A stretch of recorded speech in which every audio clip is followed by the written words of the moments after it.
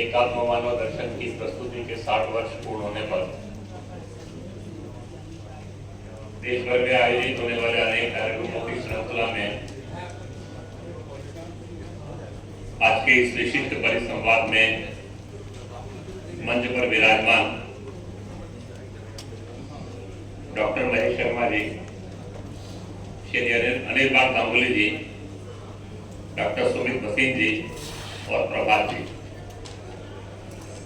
एवं अपने इस कार्यक्रम में उपस्थित प्रत्यक्ष उपस्थित ऐसे देश भर से आए हुए कार्यकर्ता बंधुओं और बहनों, कभी कभी जिंदगी में कुछ शौक होता है, झटका लगता है। आज मेरे साथ भी ऐसा ही हुआ है। सुबह मेरी ट्रेन लेट हो गई थी, कार्यालय पहुंचा तो चाय पी रहा था। अचानक संतोष जी का फोन आया मेरे पास, तो उन्होंने बताया कार्यक्रम होने वाला आज। मैंने कहा मुझे मालूम है, आपने पूछा था। 1-2 महीने पहले जब कार्यक्रम की रचना हो रही थी उस समय उन्होंने कहा था कि आप रहेंगे क्या उन दिनों में। मैंने कहा मैं हूँ 31 को, लेकिन मैं वक्ता के रूप में नहीं आऊंगा। उन्होंने कहा क्यों? मैंने कहा ये विषय ऐसा है जिस पर मैंने गहरा अध्ययन किया नहीं है और इस पर मैंने कभी जिंदगी में बोला भी नहीं है। अवसर ऐसा मिला है कि मौका नहीं मिला, किसी ने कहा भी नहीं और अभी फुर्सत नहीं है तैयारी करने की, ऐसा मैंने उनको कहा। बात खत्म हो गई। फिर इन्होंने कार्यक्रम भेज दिया मेरे पास, तो उन्होंने कहा उद्घाटन सत्र था, अमित भाई किसी कारण से आ नहीं पा रहे, तो आप आइए। तो मैंने कहा कि मैं तो आपको पहले ही कहा था। उन्होंने कहा नहीं, हमारे पास कोई विकल्प नहीं है, आपको ही आना पड़ेगा। तो मुकुल जी मेरे साथ बैठे थे उस समय। उन्होंने कहा क्या हो गया, आप चले जाइए। मैंने भी उनको यही कहा कि मैंने कभी बोला ही नहीं, और अभी इतने तो शॉर्ट टाइम के अंदर इनका फोन आया था लगभग 8:40 के ऊपर। तो मैंने कहा इतने शॉर्ट टाइम में तो सोचना भी बहुत मुश्किल है, उसके लिए फोकस भी होना पड़ता है, जो नहाना भी बाकी है। तो उन्होंने कहा कि देखो आपको करना कुछ नहीं है, वो ट्रेन को झंडी दिखाते हैं ना, वो ट्रेन थोड़ी चलाते हैं, उनका काम झंडी दिखाना होता है। आपको और कुछ थोड़ी करना, आपको केवल झंडी दिखानी है। बाकी ट्रेन चलाने के लिए तो वहाँ डॉक्टर महेश शर्मा जी हैं, प्रफुल्ल जी हैं, डॉक्टर चैत्रा हैं, निर्मला जी हैं, शिवराज जी हैं, भूपेंद्र जी हैं, बहुत लोग आने वाले। आप चिंता मत करो, आपको कुछ करना नहीं है। मुझे भी लगा कि बात तो ठीक है कि मुझे कुछ करना नहीं है, केवल झंडी ही दिखानी है। और ऐसे सारे काम मैंने जिंदगी में जो कभी नहीं किए, प्रदर्शनी उद्घाटन से लेकर और ये वेबसाइट, पूरी जिंदगी में 2-4 किताबों का मैंने विमोचन किया होगा। मैं कभी भी बिना पढ़े हुए किताब का विमोचन नहीं करता। वो सब काम मैंने आज किए जो आज तक नहीं किए।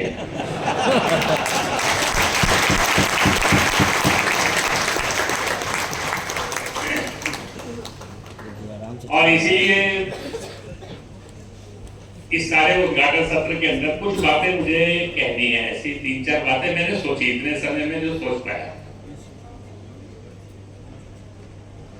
दीनदयाल जी के भाषणों के 60 वर्ष का प्रसंग तो है ही है। एक विशिष्ट परिस्थिति में भी अपना आंदोलन, अपना देश है। मूलतः हम सब सुनते के संघ का शताब्दी वर्ष, संघ के 100 वर्षों की यात्रा पूर्ण होकर उसका भी ये 100वां वर्ष चल रहा है। अभी स्वाधीनता के 75 वर्ष हमने मनाए, और स्वाधीनता के उस 75 वर्ष के अंदर अपने पास एक अवसर था जिसको माननीय प्रधानमंत्री जी ने कहा कि ये अमृत काल है। ये जो अमृत काल है, ये एक आगाज दे रहा है, एक संदेश दे रहा है। लालिमा फूट रही है। आने वाले 25 वर्षों में एक दैदीप्यमान सूर्य के रूप में हमको उदय होना है। उसके लिए सारे देश को पंचकरण और उसके आधार के ऊपर राष्ट्र जीवन को खड़ा करना, ये सब बातें हमने इस सारे कालखंड में हम सब ने स्मरण भी किए, चिंतन भी किया, बोला भी है।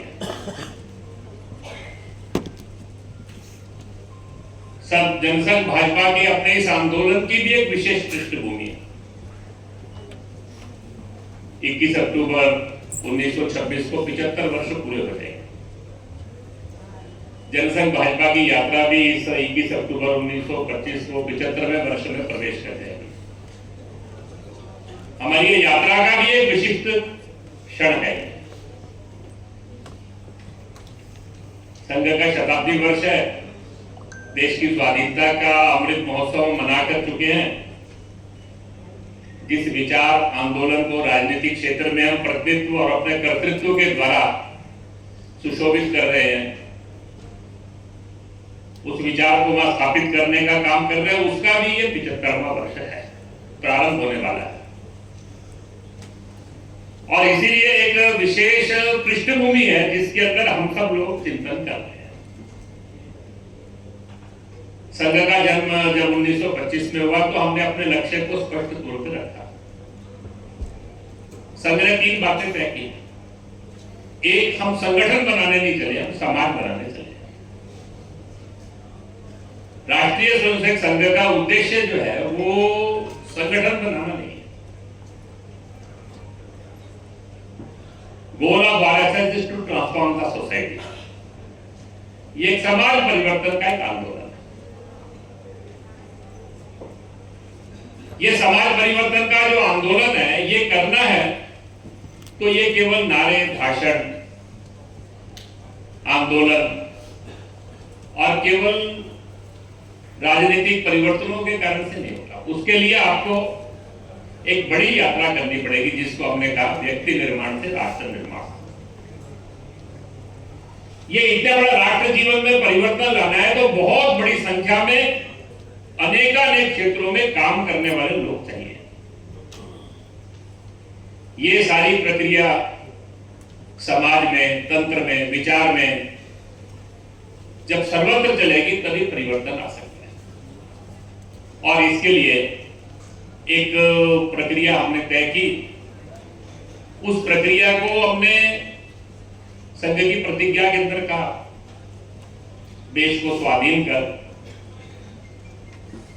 राष्ट्र का परम वैभव, राष्ट्र की सर्वांगीण उन्नति, इस बात को हमने कहा। इसी सारी यात्रा के कालखंड के अंदर 1947 में देश को स्वाधीनता प्राप्त हुई। स्वाधीनता प्राप्त होगी इसलिए उसमें से हमने स्वाधीन हटाया। लेकिन 1950 के बाद संघ के कार्य का एक अगला चरण प्रारंभ हुआ और वो अगला चरण ये था, एक संघ ने अपनी मर्यादा तय की कि संघ क्या करेगा। तो संघ व्यक्ति निर्माण का काम, राष्ट्र व्यापी, समाज व्यापी, समाज का वातावरण बनाना, ये काम संघ करेगा। लेकिन ये जो राष्ट्र की सर्वांगीण उन्नति है, राष्ट्र का परम वैभव है, जिसको हम प्रार्थना में विधाया से धर्म से संरक्षणम परम वैभवं नेतुमेतत् स्वराष्ट्रम कहते हैं। धर्म के आधार पर समाज जीवन की रचना और राष्ट्र का परम वैभव, इसके लिए व्यक्ति समाज जीवन के अंदर समाज को साथ लेकर अनेकानेक प्रकार के काम प्रारंभ करेंगे। उसमें से विविध संगठनों का जन्म। देश की स्वाधीनता के बाद हमारी सबसे बड़ी चुनौती क्या थी? तो सबसे बड़ी चुनौती थी हमारी, जब स्वाधीनता का संघर्ष चल रहा था तो स्वाधीनता के संघर्ष में 1911 के बाद एक वैचारिक भ्रम आना प्रारंभ हुआ।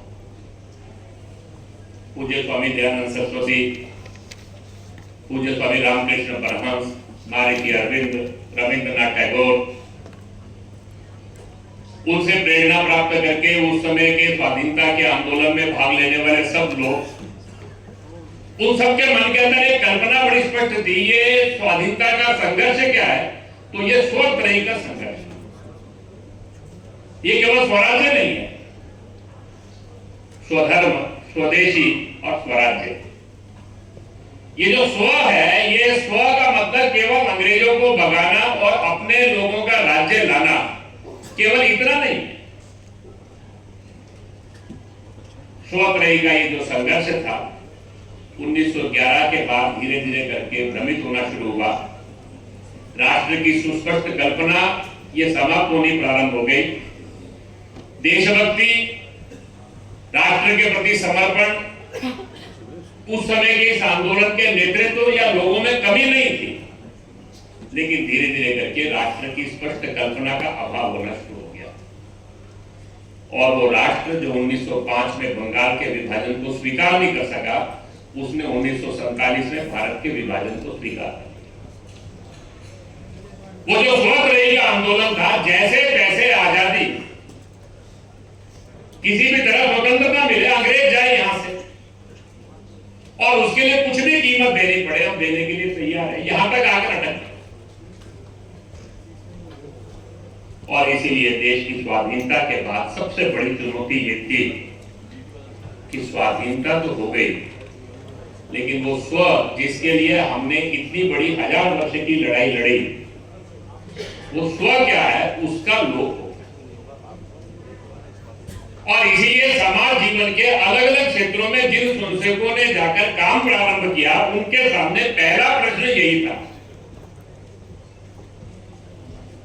जनसंघ और उस समय की यात्रा पंडित दीनदयाल जी ने डॉक्टर श्यामा प्रसाद मुखर्जी के नेतृत्व में देश के अंदर और समविचारी समाज के लोग, अपने कुछ संस्थक जिनको लगता था कि क्षेत्र में जाकर काम करना चाहिए, कुछ स्वयं प्रेरणा से गए, कुछ संघ की योजना से भी गए। ये सारे लोगों को अपने इस क्षेत्र की जब यात्रा प्रारंभ की, तो उनको दो बातें चुनौती के रूप में थी। एक, हमारा कोई विचार है क्या? क्योंकि वो कालखंड ऐसा था कि सारे देश के अंदर एक वैचारिक भ्रम का वातावरण था। सारे देश के अंदर वो मजदूर क्षेत्र हो, वो विद्यार्थी क्षेत्र हो, वो राजनीतिक क्षेत्र हो, सारे देश के अंदर क्या था, देश की उन्नति करनी है तो क्या चाहिए? कोई कहता था सोशलिज्म, कोई कहता था कम्युनिज्म, कोई कहता था वेलफेयर स्टेट का, डेमोक्रेसी का जो मॉडल है यूरोप का, अमेरिका का। किसी को लगता था पूंजीवाद चाहिए, किसी को लगता था मिक्स्ड इकोनॉमी चाहिए, किसी को लगता था सोशलिज्म चाहिए। हमारा अपना कोई विचार है क्या? तो पहला प्रश्न तो यही था कि सारे देश के अंदर हमारा कोई विचार है क्या? ये चिंतन ही नहीं। ये जो 1000 वर्ष का जो हमारा संघर्ष चला, इस 1000 वर्ष के संघर्ष के अंदर जो पहले इस्लामिक इन्वेजन हुआ, उस इस्लामिक इन्वेजन के अंदर हमारी संस्थाएं नष्ट हो, हमारे विश्वविद्यालय, हमारे गुरुकुल, हमारे मंदिर, हमारे तीर्थ, समाज की संस्कार व्यवस्था, हमारे इंस्टीट्यूशन खत्म हो गए। और ब्रिटिशर का जो आक्रमण था वो एक सर्वंकष आक्रमण था। उस सर्वंकष आक्रमण के अंदर समाज के अंदर प्रज्ञा नष्ट हो गई, समाज के अंदर स्व समाप्त हो गया। जिसको स्वामी विवेकानंद जी ने कहा कि आज अपने सामने सबसे बड़ी चुनौती क्या है, वो है आत्मविस्मृति। हम भूल गए कि हम कौन है। जिसको ये डॉक्टर साहब ने संघ की स्थापना के समय कहा कि भारत की सबसे बड़ी समस्या राष्ट्र की सुस्पष्ट कल्पना का अभाव है। भारत के अंदर भी ये कहना पड़े कि हिंदुओं का संगठन ये सांप्रदायिक नहीं है, और हिंदुओं का संगठन ये सांप्रदायिक है, ये प्रश्न कैसे आकर खड़ा हो गया? ये राष्ट्र किसका है? स्वामी विवेकानंद जी ने कहा, जब आत्मविस्मृति आती है तो आत्महीनता की वृत्ति आती है, आत्मनिंदा। ये जो आत्मनिंदा, आत्महीनता की वृत्ति जब बढ़ती चली जाती है, तो धीरे धीरे करके समाज के अंदर आत्मविश्वास समाप्त होता है। ये आत्मविश्वास समाप्त होता है तो समाज का कर्तृत्व नष्ट हो जाता है, समाज के अंदर परानुकरण की वृत्ति खड़ी हो जाती है। और इसीलिए भारत को सबसे महत्वपूर्ण चीज वो क्या चाहिए, तो वो ये है कि हम कौन हैं। और इसीलिए उन्होंने कहा, गर्व से कहो हम सब हिंदू हैं। ये जो बात आई सारा उसमें से, ये जो आत्मविस्मृति है, इस आत्मविस्मृति से जब तक समाज बाहर नहीं आए, वास्तव के अंदर देश की स्वाधीनता आते आते तक ब्रिटिशर का जो सर्वंकष आक्रमण था, वो जो उन्होंने भाषाएं समाप्त की, भाषा समाप्त हुई तो मूल से कट गए।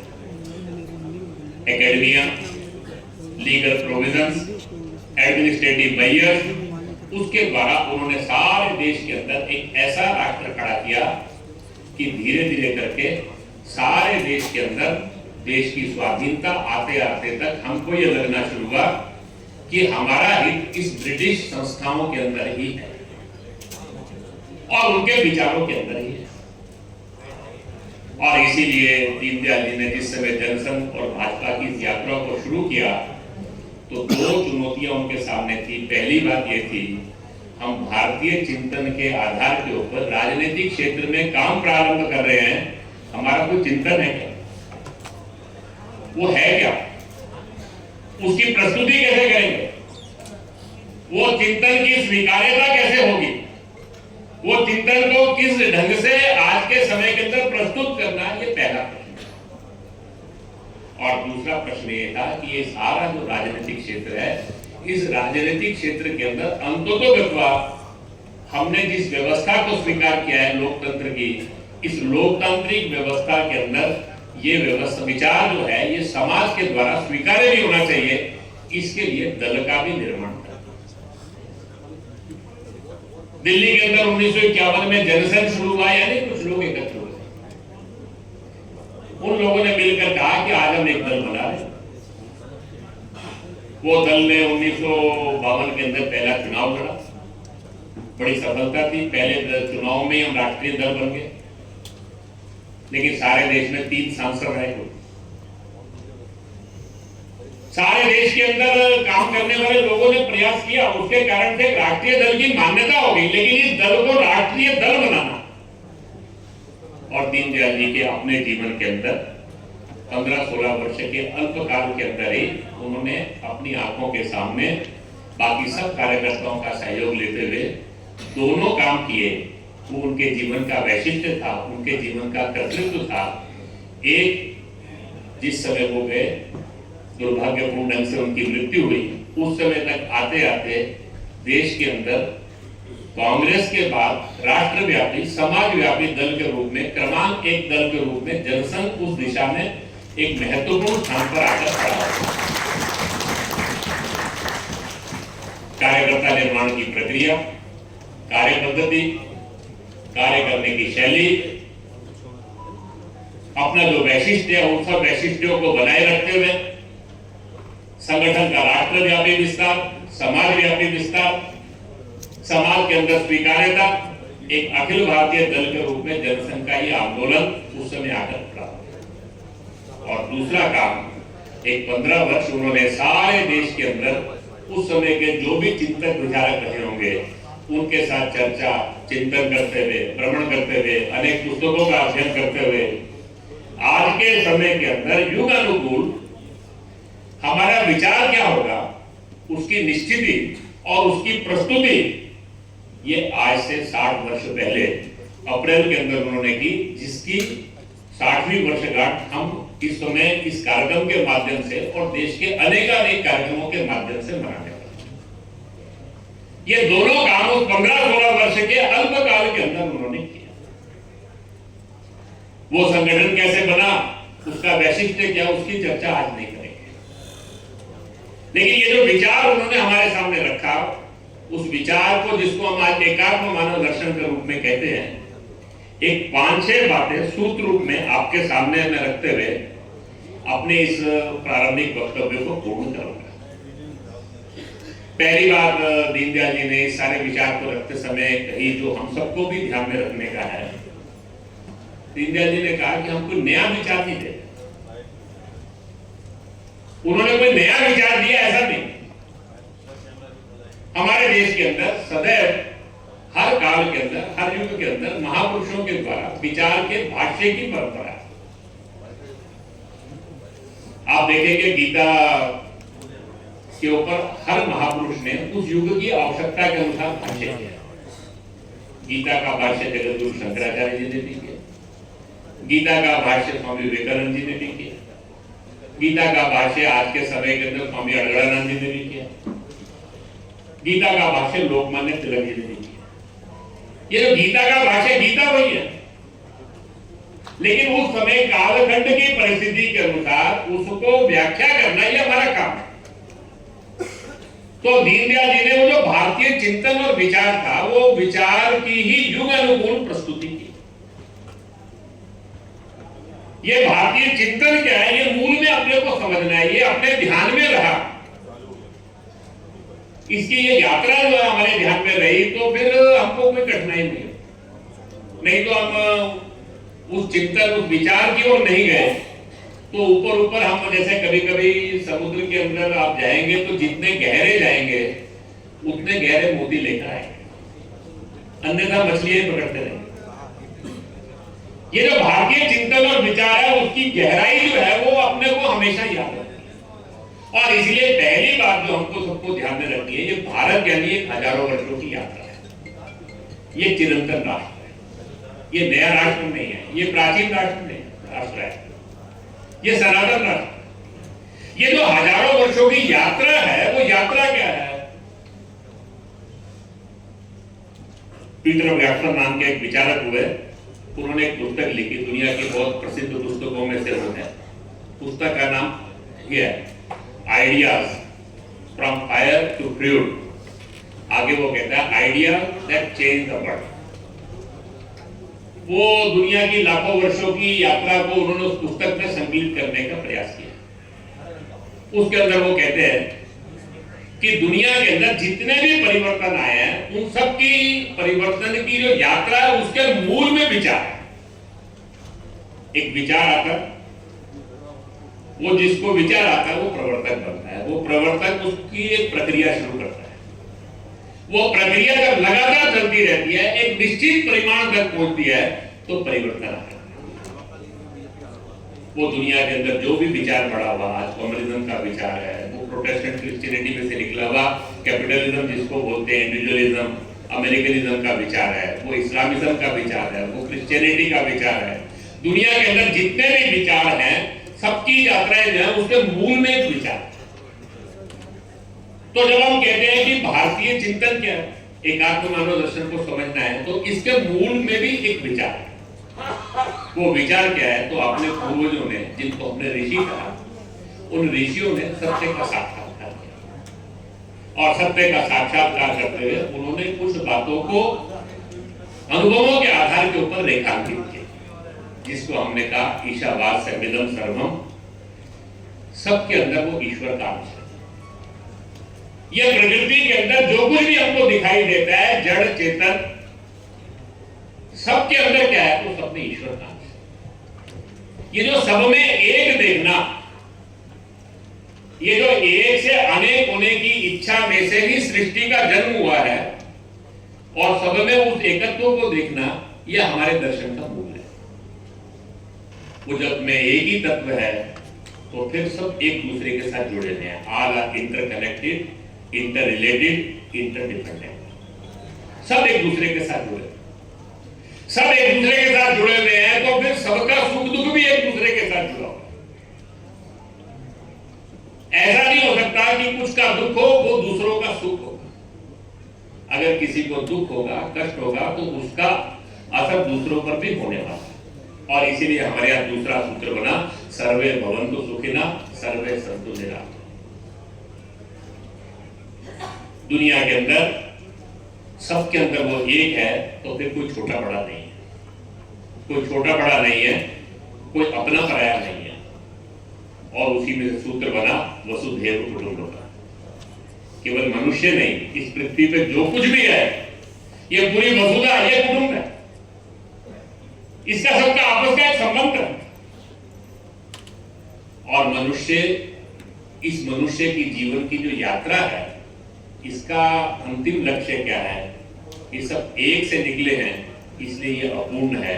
पूर्ण में से अपूर्ण बना, अपूर्ण का अंतिम लक्ष्य उस पूर्ण के साथ एकाकार होना है। और इसीलिए एक से जो अनेक हुए, अनेक से फिर एक होना, जिसको हमने कहा मोक्ष। जीवन का अंतिम लक्ष्य ये भोग नहीं है। आप कितना भी भोग करोगे, उसमें सुख नहीं है। अंततोगत्वा उस एक के साथ जाकर मिल जाए, और उस एक के साथ मिलना है, तो उसके लिए कुछ मार्ग चाहिए। जब सबको एक ही जगह पहुंचना है, तो जिस भी रास्ते से जाओगे, सब रास्ते सच्चे हैं, क्योंकि अंत में तो सब वही पहुंचेंगे।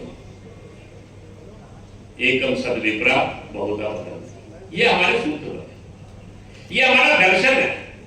ये दर्शन जिन्होंने स्वीकार किया, उनको जिन्होंने ढूंढा, जिन्होंने इसकी अनुभूति की, उनको हमने ऋषि कहा। ऋषियों ने केवल दर्शन की अनुभूति नहीं की। हम जिस राष्ट्र का निर्माण करने की बात करते हैं, वो दर्शन की अनुभूति करने के बाद उन्होंने चिंतन करना शुरू हुआ, ये अनुभूति मुझे तो हो गई, ये सबको होनी चाहिए, ये भाव सबके अंदर आना चाहिए। तो सबको इसी लेवल पे नहीं लाया जा सकता, तो उसके लिए हमको आचरण और व्यवहार में ये सब बातें लेकर आनी पड़ेगी, जिसका अनुकरण बाकी लोग करेंगे, उसमें से हमारे मूल्य बने। आज की भाषा के अंदर मूल्य, एथिक ये बोलते हैं, हमारे यहाँ मूल्य नहीं है, जिसको हम धर्म कहते हैं। ये उन्होंने उसके तत्व खोजे। जीवन का आधार क्या होगा? जब सब में एक है, सबका सुख जुड़ा हुआ है, तो जीवन का आधार क्या बनेगा? सत्य, करुणा, दया, क्षमा, अहिंसा। किसी का बुराई क्यों चाहना? गलती होगी तो माफ कर दो, सबके प्रति करुणा रखो, सबके प्रति आत्मीयता रखो। ऋषियों ने इसके आधार के ऊपर अपना जीवन जीना शुरू किया। अतिथि आ गया तो देवता हो गया। सुबह उठते ही पशु पक्षी सबका विचार करना शुरू करो। गर्मी का समय है, पक्षियों के लिए पानी रखा कि नहीं रखा? ये जो मूल्य थे, इसके आधार के ऊपर हमने जीवन की रचना की। ऋषियों ने परिवार बनाया। वो परिवार यानी अपने जीवन के अंदर उन्होंने वो सब बातें जो हम कहते हैं, वो उनको दिखाने शुरू की। धीरे धीरे करके लोगों को लगना शुरू हुआ कि हाँ, ये जीवन हमको भी जीना चाहिए। जिनको ऐसा लगा, उनके पास आने शुरू हो गए, उनके पास बसने शुरू हो गए, उसमें से ग्राम बन गए। वो धीरे धीरे करके ग्राम जो थे वो जनपद बन गए। ये विचार आगे बढ़ते बढ़ते पूरे राष्ट्र के अंदर फैल गया। इसमें से इस राष्ट्र का जन्म, ये जो राष्ट्र का जन्म है, ये किसी राजा के तलवार की नोक के ऊपर, किसी की महत्वाकांक्षा पर नहीं हुआ। इस राष्ट्र का जो निर्मित हुई है, ये दुनिया में अद्भुत है। इसीलिए हमारे यहाँ कहते हैं भारत का राष्ट्र ये एक वैशिष्ट्य है। उसका वैशिष्ट्य क्या? People are the nation. ये स्टेट सेंट्रिक नेशन नहीं है, ये किसी राजा या राज्य आधारित राष्ट्र नहीं है। इस राष्ट्र के वैशिष्ट्य को समझना है। जब हम इस राष्ट्र की यात्रा को 1000 साल बाद अपने मूल प्रवाह से जोड़कर फिर आगे बढ़ने की बात कर रहे हैं, तो हजारों हजारों साल हमारी वो यात्रा क्या थी, उस यात्रा को हमको समझना है। सारे देश के अंदर सब ऋषियों की संतान होते हैं, सबने उनके जीवन का अनुसरण ये करना प्रारंभ किया। धीरे धीरे करके इस राष्ट्र में से जो विचार निकला, वो विचार इस राष्ट्र की सीमाओं को पार करके पूरी दुनिया के अंदर फैल गया। हम दुनिया में जहां भी गए, हमने कहा स्वयं चरित्रम सिंचेत, हमको देखो, हम जैसे हो जाओ। आज भी आप जाएंगे चीन में, थाईलैंड में, जापान में, वियतनाम में, भारत जैसे परिवार, भारत जैसे गांव आपको मिलेंगे। ये विचार हम सारी दुनिया के अंदर लेकर गए। जहां गए हमने किसी के वैशिष्ट्य को समाप्त नहीं किया, उनके सामने एक जीवन का आदर्श। वास्तव के अंदर जब हम ये कहते हैं कि दीनदयाल जी ने जो सबके सामने कहा कि हमको पहली बात ये समझनी है, ये नया विचार नहीं है। और जब हम भारत की यात्रा समझते हैं, तो हर राष्ट्र का अपना एक वैशिष्ट्य है, और इसीलिए हर राष्ट्र के उत्थान का जो मॉडल होगा, वो उसके वैशिष्ट्य के आधार पर होगा, किसी का अनुसरण करके नहीं। रविंद्रनाथ टैगोर जी ने उसमें स्वदेशी समाज के अंदर जो कहा कि state is at the root of the nation, root of best. हमारे राष्ट्र के मूल में सोसाइटी है। फिर उन्होंने कहा दुनिया में कोई भी राष्ट्र, भगवान ने हर राष्ट्र को एक अलग क्वेश्चन पेपर दिया है। God has given every nation a separate question paper. You cannot pass the test of God by copying the answer sheets of others. ये जो आप दूसरों की जो आंसर शीट है, उसका वो जो कभी कभी आजकल होता है ना, हर समस्या का समाधान खोजने के लिए दूसरों का अनुसरण करते हैं। उन्होंने क्या किया, उन्होंने क्या किया, आप उनसे कुछ बातें ले सकते हैं, लेकिन मूल में अपने वैशिष्ट्य को समझ। दीनदयाल जी के अंदर इस एकात्म मानव दर्शन की प्रस्तुति करते समय उन्होंने सबसे पहली बात यह कही कि इस भारत की जो राष्ट्र है, जैसे व्यक्ति इकाई होता है ऐसे राष्ट्र भी एक इकाई होता है। ये जो राष्ट्र है उस राष्ट्र का जो वैशिष्ट्य है उसके लिए उन्होंने शब्द बोला चिति, कॉन्शियसनेस, चेतना, वो चीज जो राष्ट्र का वैशिष्ट्य है। दुनिया के अंदर हर राष्ट्र जब अपने उस वैशिष्ट्य के आधार पर आगे बढ़ता है तो उसका विराट जागृत होता है। वो विराट जीवन के हर क्षेत्र के अंदर जाकर खड़ा होता है क्योंकि वो उस राष्ट्र की प्राण शक्ति होती है। और इसीलिए भारत का जब हमको उत्थान करना है तो सबसे पहली बात हमको जो समझनी है वो है कि भारत का वैशिष्ट्य क्या है, वो स्थिति क्या है, वो है धर्म। ये जो धर्म है ये आज के कृत्रिम सारे जो वेस्टर्न माइंडसेट में जो पढ़ाई होगी उसके अंदर धर्म और रिलीजन ये जो सिनोनिमस हो गए, इसने एक बहुत बड़ी गड़बड़। भारत के राष्ट्र का जो अधिष्ठान है वो धर्म है। धर्म यानी जिसके आधार पर धारणा होती है, जिसके आधार के ऊपर प्रकृति का संचालन होता है, दुनिया का सब कुछ चलता है, वो धर्म है। वो जो धर्म है ये हमारे राष्ट्र का वैशिष्ट्य है और इसीलिए हजारों साल हमारा राष्ट्र पाप और पुण्य की अवधारणा करता है। रूल ऑफ लॉ, हमारे यहाँ न्यूनतम कानून थे, आजकल बड़ी कॉन्स्टिट्यूशनल मोरालिटी की बात होती है। बात समस्या आज देश के अंदर यही है कि समाज और तंत्र, स्टेट दोनों का मेल नहीं बैठता। समाज अभी भी धर्म पर चलता है, स्टेट अभी भी। ये जो राष्ट्र का वैशिष्ट्य है ये हमको समझना और इसके लिए हमको हजारों वर्षों की इस यात्रा को समझना। 1000 साल पहले उसने खंड आ गया, वो जिसको मैंने कहा कि इस्लाम के आक्रमण में संस्थाएं नष्ट हो गई, अंग्रेजों के कालखंड में आत्मविस्मृति ये आ गई।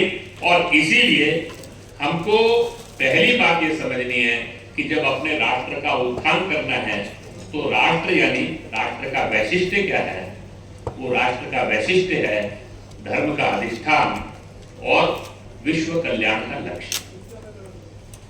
जिसको महर्षि अरविंद ने कहा कि भारत उठेगा तो सनातन धर्म उठेगा, सनातन धर्म जगेगा तो पूरे विश्व के कल्याण के लिए वो तत्पर होगा। वो केवल भारत का विचार नहीं है, ये जो हमारे राष्ट्र का वैशिष्ट्य है इसको हमको समझना। दूसरी बात, उन्होंने जो सारी बात को रखते हुए कहा सारे में से, ये हमारा कोई नया विचार नहीं है, आज के समय में इस विचार की हम प्रस्तुति करते हैं। दूसरी बात उन्होंने जो हमको कही सारी बातों को, क्योंकि आज की परिस्थिति में व्याख्या करनी थी, प्रस्तुति करनी थी, अभी समाज की एक स्थिति बन गई है और उस सारी स्थिति में क्योंकि कोई भी समाज राष्ट्र की जो यात्रा होती है वो एक कंटिन्यूटी होती है, निरंतरता में होती है। ये निरंतरता में होती है तो अतीत जो होता है वो अतीत का बैगेज साथ होता है, वर्तमान में जीना होता है, भविष्य की एक दिशा होती है जिसके लिए चलना होता है, प्रयास करना होता है। अब आज हम जो वर्तमान में काम कर रहे हैं तो 1000 साल का बैगेज भी हमारे साथ, इस 1000 साल में अपने राष्ट्र जीवन की व्यवस्था नष्ट हो गई।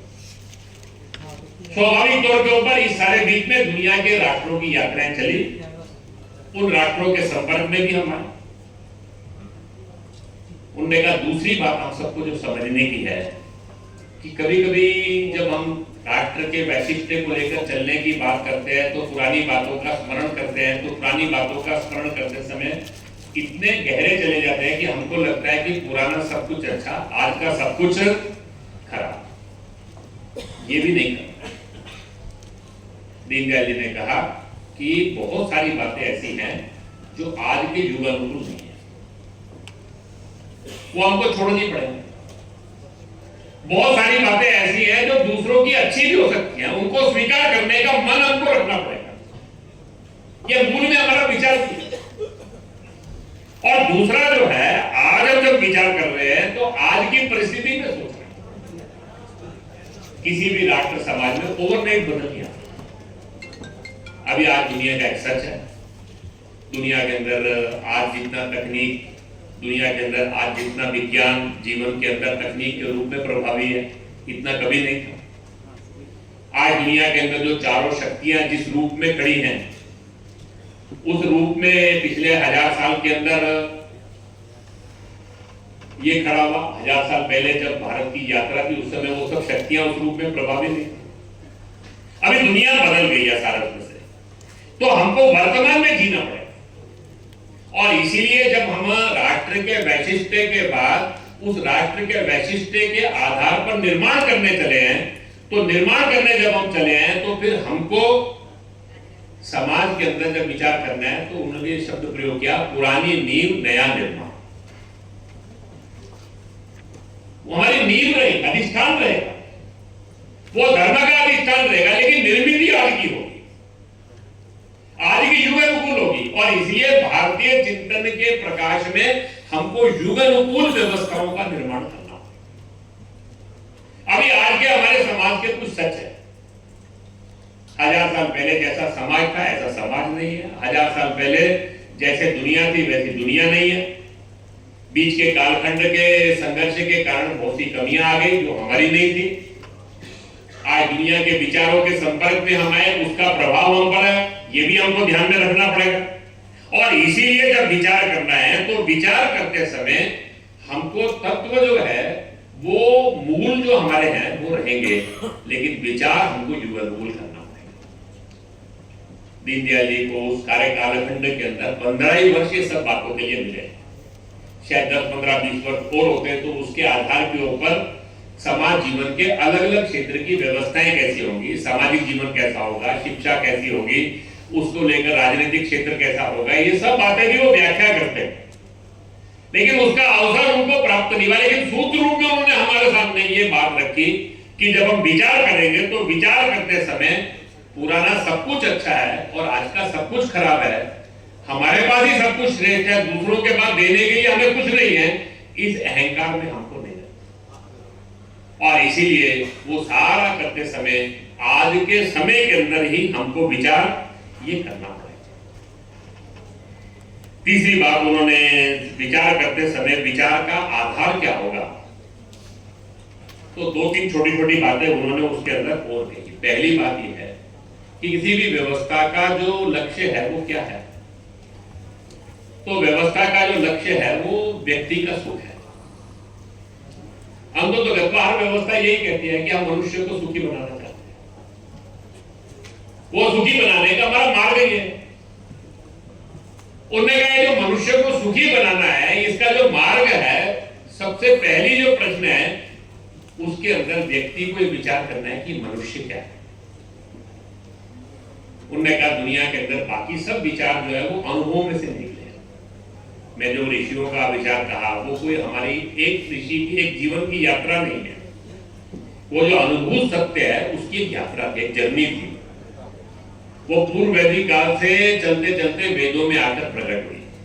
वो वैदिक ऋषि ये नहीं कहता कि मैं इस विचार को दे रहा हूं, वो कहता है कि ये विचार मुझे अपने पूर्वजों से प्राप्त हुआ है, उसी को मैं आगे बढ़ाने का प्रयास कर रहा हूं। ये जो हमारे साथ जो यात्रा आई वो अनुभवों के आधार के ऊपर जीते हुए आई।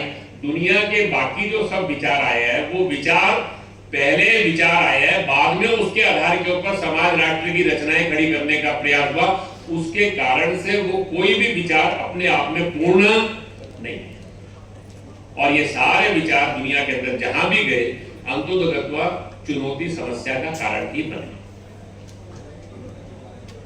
दुनिया के अंदर ईसाईयत, इस्लाम, दुनिया के अंदर कम्युनिज्म, दुनिया के अंदर सारे विचार जहां जहां प्रभावित हुए अंततः जहां गए बाकी भाषाएं समाप्त, संस्कृतियां समाप्त, समाज नष्ट, सारी दुनिया के अंदर उपनिवेशवाद, साम्राज्यवाद, लूट, अत्याचार, ये सब हुआ। करते सब विश्व कल्याण की बात, क्योंकि वो मूल है। मूल के अंदर एक समस्या है कि वो जो सब विचार हैं वो अनुभवों के आधार पर नहीं है। और मूल जो समस्या है वो दो बातों के अंदर है। एक, मनुष्य क्या है, उस मनुष्य का सुख क्या है, इस मनुष्य जीवन का लक्ष्य क्या है, इसकी ही स्पष्ट कल्पना नहीं। और इसीलिए एकात्म मानव दर्शन का चिंतन करते समय दीनदयाल जी ने जो हम सबको जो सूत्र रूप में कहा कि जब मनुष्य का विचार करना है तो मनुष्य यानी वो चार बातों का समुच्चय है, शरीर, मन, बुद्धि और आत्मा। हमारे यहां जिसको कहा गया कि जब भी विचार करना है तो हमको संपूर्ण विचार करना पड़ेगा। व्यक्ति के जीवन की आवश्यकताओं का विचार करना है तो उसका सर्वांगीण विचार करना पड़ेगा। वो सर्वांगीण विचार करना है तो सबसे पहले हमको इस बात को समझना चाहिए। और दूसरी बात हमको सबको समझने की है कि ये जो मनुष्य है ये अपने आप के अंदर आइसोलेशन में नहीं है। मनुष्य वो किसी और इकाई के साथ भी जुड़ा हुआ है। वो मनुष्य समाज में है, वो समाज इस सृष्टि के अंदर है। तो मनुष्य है, ये मनुष्य एक व्यक्ति है, व्यष्टि है, लेकिन व्यक्ति के साथ सृष्टि भी है, प्रकृति भी है, अंततोगत्वा वो एक सत्ता भी है जिसको हमारे यहां प्रवेश नहीं कहते। जब आपको विचार करना है तो आपको ये सारी बातों का विचार करना पड़ेगा। व्यक्ति का विचार आप अकेले नहीं कर सकते। अगर आप व्यक्ति का अकेले विचार करेंगे तो आज दुनिया के अंदर जो समस्याएं आ रही हैं कि मनुष्य के सुख के लिए उसको इतने साधन जुटा दो, लेकिन वो साधन जुटाते जुटाते सबके सामने एक प्रश्न आकर खड़ा होगा, पर्यावरण का क्या होगा, पारिस्थितिकी का क्या होगा। आज की जो सब चुनौतियां हैं, वो चुनौतियां क्या है? वो चुनौतियों का कारण यही है कि हमने मनुष्य का विचार किया, प्रकृति का विचार नहीं। एक समय हम व्यक्ति के सुख का विचार करना शुरू करते हैं, करते करते धीरे धीरे करके जंगल कटने शुरू होते हैं। बाद में ध्यान में आता है कि जानवर समाप्त हो गए, फिर अभियान खड़े करते हैं, सेव टाइगर, सेव फॉरेस्ट। ये सब क्यों आवा? हजारों हजारों साल इस देश की दुनिया के अंदर ये सब इकट्ठे सह अस्तित्व में थे।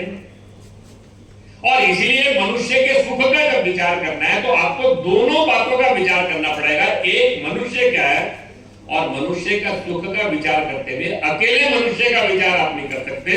उस मनुष्य के साथ आपको प्रकृति, सृष्टि, ये सब बातों का भी विचार करना पड़ेगा। और इसीलिए ये सब का विचार करते समय आप जब विचार करेंगे, चिंतन करेंगे, तो आपके सोचने का सूत्र केवल व्यक्ति नहीं होगा। आपको सबके साथ, जिसको उन्होंने कहा अखंड मंडलाकार, ये एक क्रमिक सारा जुड़ा हुआ जुड़ी बातें सवाल होते हैं।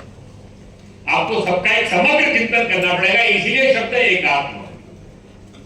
ये एकात्म चिंतन करना पड़ेगा। आप अधूरा चिंतन नहीं कर सकते, अकेले अकेले विचार नहीं कर सकते।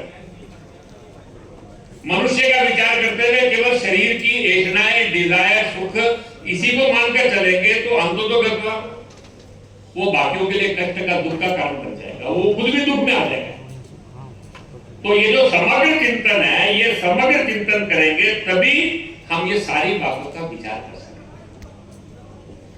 वास्तव में दीनदयाल जी ने हम सबके सामने एक सोचने की दिशा दी। हमको एक नया विचार लेकर नहीं आए। पुराना सब कुछ अच्छा है, आज का सब कुछ खराब है, इस मानस में हम नहीं रहे। आज के समय के अंदर ही हमको पुरानी नींव, नया निर्माण, इसके आधार पर चिंतन करना पड़ेगा। चिंतन करना है तो हमको समझना पड़ेगा हमारा राष्ट्र, उसका वैशिष्ट्य क्या है। उस चिति को जागृत के बिना राष्ट्र की प्राण शक्ति का स्फुरण नहीं होगा, राष्ट्र का विराट नहीं रहेगा। और इसीलिए वो जो राष्ट्र की सुस्पष्ट कल्पना है, ये राष्ट्र के विकास का मूल है।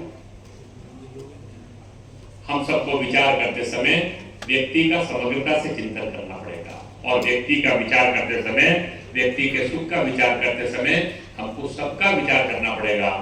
और राष्ट्र के भी उत्थान का विचार करना है तो भी उसको पूरे विश्व के साथ मैं जुड़ा हुआ हूं। ये चिंतन उसके मन के अंदर स्पष्ट रहेगा।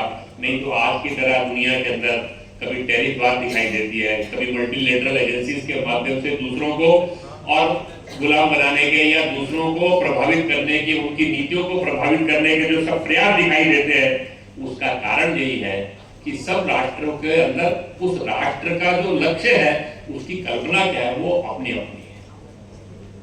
ये सारी बातों का जो विचार है, वास्तव के अंदर एकात्म मानव दर्शन आज के समय में इसके 60 वर्षों की तो यात्रा जब पूरी हो रही है इस विचार की प्रस्तुति की, तो स्मरण करना प्रासंगिक क्यों है? उसकी प्रासंगिकता है जिस विचार को लेकर हमने 1951 के अंदर यात्रा शुरू की थी, आज समाज राष्ट्र के केंद्र में वो विचार आकर खड़ा हो। धीरे धीरे करके वो विचार समाजव्यापी राष्ट्रव्यापी बना, समाज में उसकी स्वीकार्यता हुई।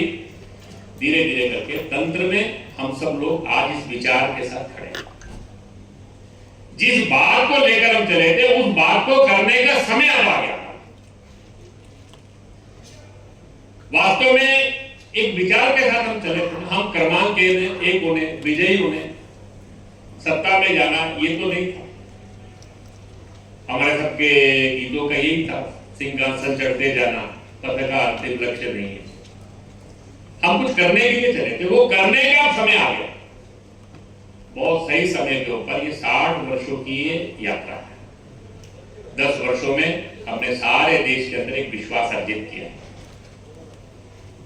जिस विचार को लेकर चले थे उस अल्पकाल के अंदर उस विचार के आधार पर बहुत कुछ करने का भी हमको अवसर मिला है, लेकिन अभी बहुत कुछ करना बाकी है। वास्तव के अंदर अभी हमने जो किया है वो हमारे करने की शुरुआत है, लेकिन इस यात्रा को पूरा करना है तो समाज जीवन के सभी क्षेत्रों के अंदर इस विचार के आधार पर रचनाएं करनी पड़ती है। मैं कुछ समय पहले मध्य प्रदेश में ऐसे ही चर्चा कर रहा था। मैं ऐसे पूछा आजकल पंचायतें किसकी है? उन्होंने कहा सब हमारे लोग हैं। नगर पालिका भी हमारे लोग हैं। मैंने कहा सब 15-20 साल से विधानसभा सांसद सब अपने। ये सब होने के बाद तो भाजपा की कल्पना है ना, तो भारत के आधार पर सोचते हो तो हमारी पंचायत कैसी होनी चाहिए, हमारी नगर पालिका कैसी होनी चाहिए, हमारी शिक्षा की स्थिति क्या होनी चाहिए, उद्योग, सब बातों का विचार करना है। अभी ये सब करने का अपने को समय आ गया, लेकिन ये चिंतन केवल कुछ ही जगह रहेगा ऐसा नहीं। सबको अपने अपने स्थान पर सोचना, सबको अपने अपने स्थान पर विचार करना। भारतीय जनता पार्टी का उद्देश्य राजनीतिक क्षेत्र के अंदर, राजनीतिक क्षेत्र के माध्यम से भारत के राष्ट्र जीवन में भारतीय चिंतन के आधार पर युग अनुकूल व्यवस्थाएं खड़ी करना है। ये हमारा लक्ष्य है। भारतीय चिंतन के प्रकाश में युग अनुकूल व्यवस्थाएं खड़ी करना, इस राजनीतिक क्षेत्र के माध्यम से काम करते हुए ये हमारा लक्ष्य है। धीरे धीरे करके देश का राजनीति इस विचार के इर्द गिर्द चलेगा, ऐसा लक्ष्य लेकर हम सब करने वाले लोग हैं। ये जो 60 वर्ष पूरे हो गए, इस 60 वर्ष पूरे होने पर इस विचार को 2 दिन के अंदर हमको अनेक आयामों से व्याख्यात करने वाले हैं। मैंने पहले ही कहा कुछ काम हमने प्रारंभ किए, लेकिन बहुत सारे काम अभी करने हैं। कुछ स्तरों पर काम प्रारंभ हुए हैं, हर इकाई पर करने हैं, हर स्तर पर ये चिंतन की प्रक्रिया को ये चलना है। आर्थिक क्षेत्र में, सामाजिक क्षेत्र में, कूटनीति, विदेश नीति के क्षेत्र में, रक्षा के क्षेत्र में, धीरे धीरे करके ये एक प्रक्रिया है। ये जो कहा कि ये प्रक्रिया को आगे हमको गति देना, उस प्रक्रिया को गति देने का इंस्ट्रूमेंट ये राजनीतिक दल है। हमारा लक्ष्य इस सारे राष्ट्र जीवन के अंदर भारतीय चिंतन के प्रकाश में हर स्तर के ऊपर व्यवस्थाएं खड़ी करना है। इस दिशा के अंदर सोचते हुए इस 2 दिन के परिसंवाद के अंदर हम सब लोग इस चिंतन की प्रक्रिया को यहाँ से लेकर नीचे तक प्रभावित करें, इतना अनुरोध करते हुए इस परिसंवाद की सफलता के लिए भगवान से प्रार्थना करते हुए मैं अपने वक्तव्य को पूर्ण करता हूँ।